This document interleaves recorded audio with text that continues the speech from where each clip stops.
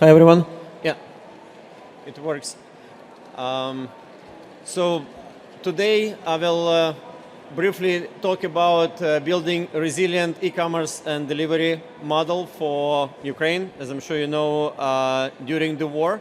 So I think the biggest difference is that during the modern war, the e-commerce growing and it's substituting many things for people who get used to it. So how Ukrainian Postal Service and e-commerce coping with this war? I used the famous quote from Elon Musk, optimism, pessimism, we're just going to make it happen. So during the war, we are losing every day employees, branches. We lost all airports, power facilities, mobile and internet. Just today, as I'm speaking in London, we lost 2 trucks and 1 branch. Our largest Ukrainian e-commerce providers are losing their warehouses and trucks. So it's the warehouse of Ukrainian Amazon, which was hit by Russia a few months ago. Ukraine has lost over 50% of its power generation capacity, which obviously impacts how we work daily. So is e-commerce dying during the war?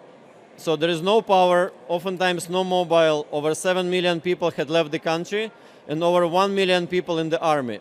Shortened working age population by 10 million people and constant shelling and bombing.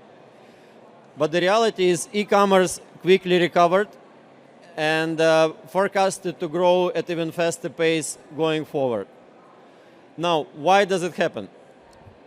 First of all, it's easy to organize work of a few e-commerce warehouses than retail store chains, meaning you need to get 1 generator and 1 Starlink in 1 location as opposed to 20, 25, 30 retail stores.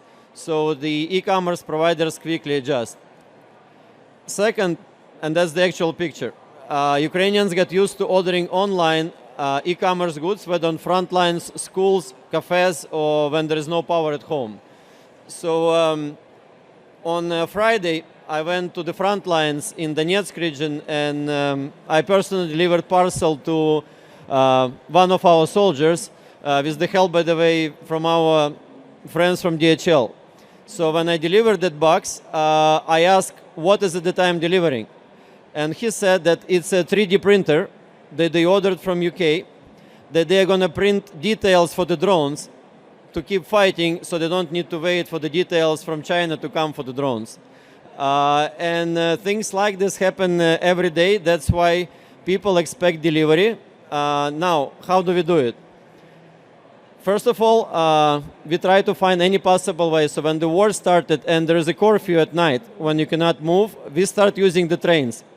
We had not used the trains for 25 years.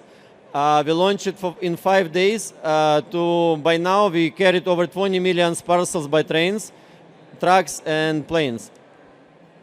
Now, when we lose branches, and on average it's 1-2 per week, we replace them with container-type branches which we design, which can be quickly fixed near the front lines and can be put in safe locations.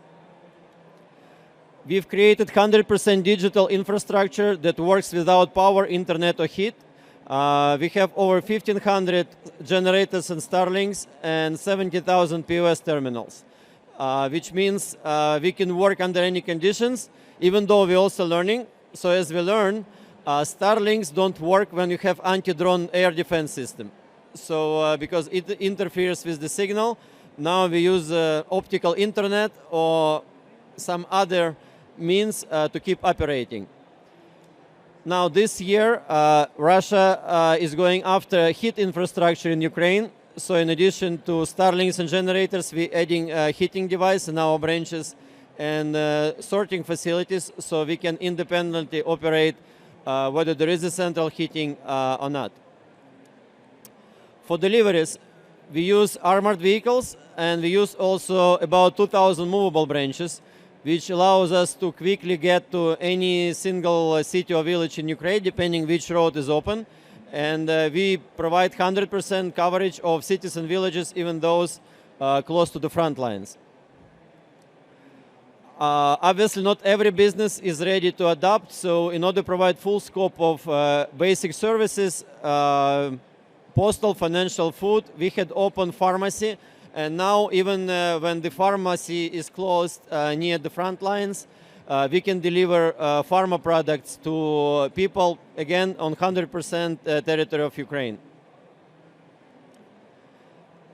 You know, the war is not an excuse, it's actually an opportunity. So over this year, in 2 weeks, we complete the project. We are moving to 100% automated parcel sorting facilities so that one center, first of all, can quickly replace another if it's hit by an enemy or has to stop working during an attack. So we designed a system where we can quickly reroute the sorting to make sure, again, that the parcels are delivered, and the goal is to deliver next day across Ukraine to every city, because even though it's a war, people still want next day delivery for everything that they order.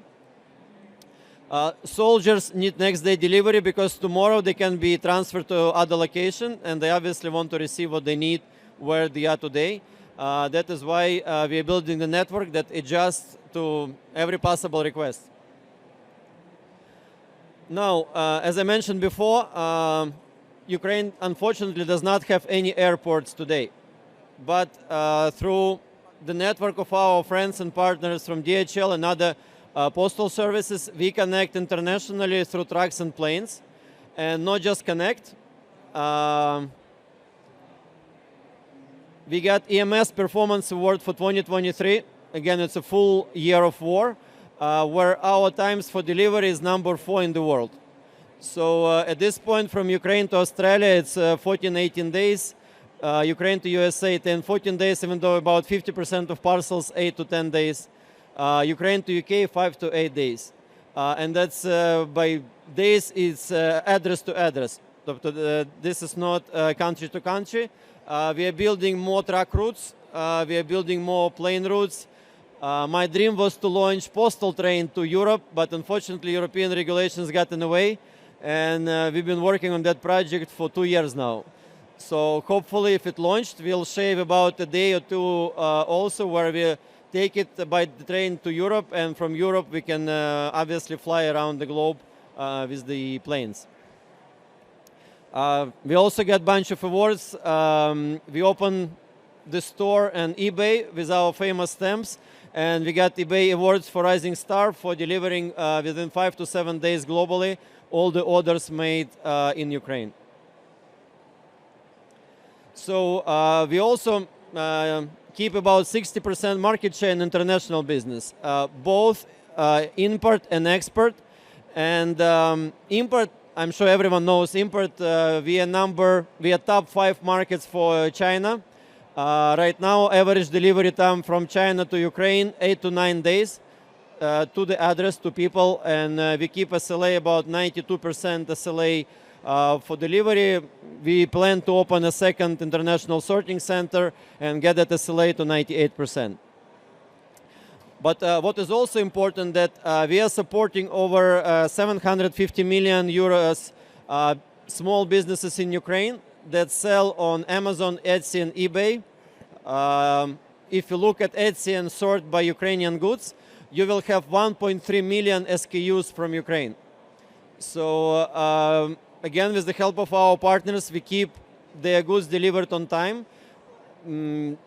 Last week I was in Kharkiv, and sometimes we have to close the branches because of the air attacks.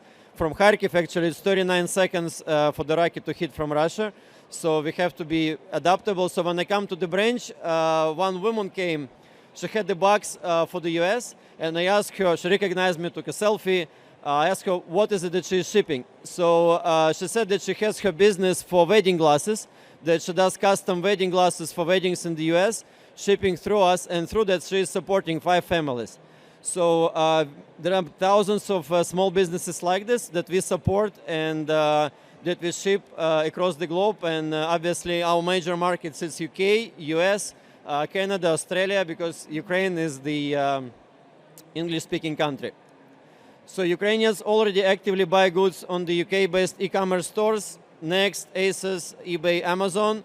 But again, we hope to increase that volume and hopefully get more and more customers coming through us and more goods coming to Ukraine. Why it's important? Because obviously businesses in Ukraine sometimes cannot cope with bombing, they have to close, but people still need goods, as I mentioned. So given the market is now global, people don't care where they're buying it in UK, in China, in Ukraine, or in Poland, they just want it delivered. And e-commerce is actually the way to support the way of life, to support the things that they get used to, and to deliver. So in summary, e-commerce is vital during the peacetime, and it's even more so during the modern war, because it allows people to work, it allows businesses to continue operating, and to be honest, my forecast is there are more, the e-commerce will substantially take part from brick and mortar retail, because it's more adaptable to, let's put it this way, dangerous in work conditions. But more importantly, it's more cost effective, it requires less workforce, and it's basically what we right now have in Ukraine. Again, e-commerce, I think, extremely adaptable, and this war had shown that it can work no matter what, with help of Starlink generators and other equipment. There is nothing Post and e-commerce cannot do if they try hard enough. I think we had shown it, and I'll just ask to continue and expand business with Ukraine. So when our partners ask us how we do support Ukraine, it's not about humanitarian support, even though it's important. It's about continue working. It's about continue working with business, and it's about expanding a business to Ukraine, because some of the stores are afraid to deliver, afraid to, I don't know, violate some sanctions, but they should not. Ukraine tries to live as normal life as possible, despite the conditions, and we as Postal Service obviously try to help it to deliver. So that's it for the presentation. If there are any questions, I'm more than happy to take it.